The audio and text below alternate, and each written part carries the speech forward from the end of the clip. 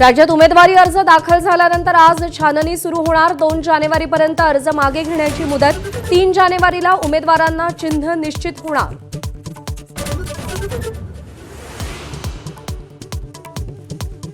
महापालिका निवडणुकीच्या अर्ज दाखल करण्यातला घोळ रात्रभर कायम। मुंबई सोलापूरमध्ये रात्री 12 पर्यंत वाद सुरू होता। विविध पक्षाच्या 12 उमेदवारांची निवडणूक आयोगाकडे धाव।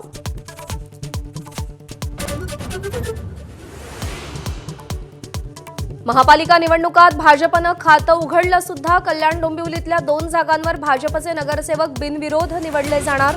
दोन्ही जागांवर एकच अर्ज आला।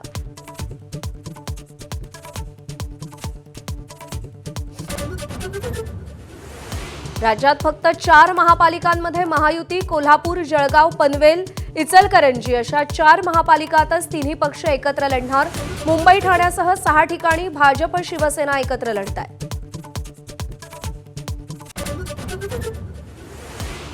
महापालिका निवडणुकीत महाविकास आघाडीची शक्ल। 29 पैकी 18 महापालिकात वेगळे झाले।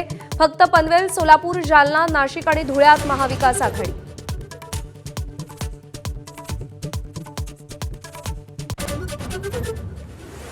नागपूर, मुंबई, पुण्यामध्ये भाजपनं भाकरी फिरवली। जुन्या नगरसेवकांना घरी पाठवत युवा मोर्चाच्या तरुणांना मैदानात उतरवलं। पुण्यात 42 जणांचं तिकीट कापलं। राज्यभर 11 प्रवक्त्यांनाही उमेदवारी।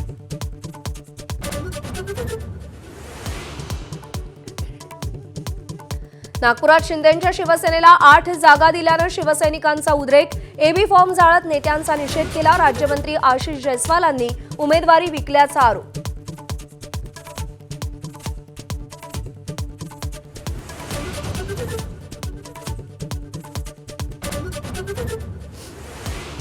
पुण्यात राष्ट्रवादीकडून गुंड प्रवृत्तीच्या घरात उमेदवारी। आयुष कोमकर हत्या प्रकरणातील आंदेकर कुटुंबात दोघांना उमेदवारी। गजा मारण्याच्या पत्नीनं फॉर्म भरला तर बापू नायरलाही पक्षाचं तिकीट।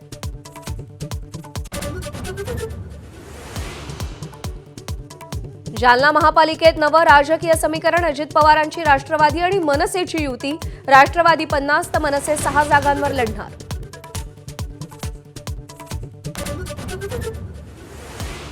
जपानला मागे सारत भारत जगातली 4थी सर्वात मोठी अर्थव्यवस्था।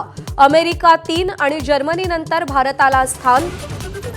4.18 ट्रिलियन इतका भारताचा जीडीपी। लवकरच 3ऱ्या स्थानावर येण्याचा अंदाज।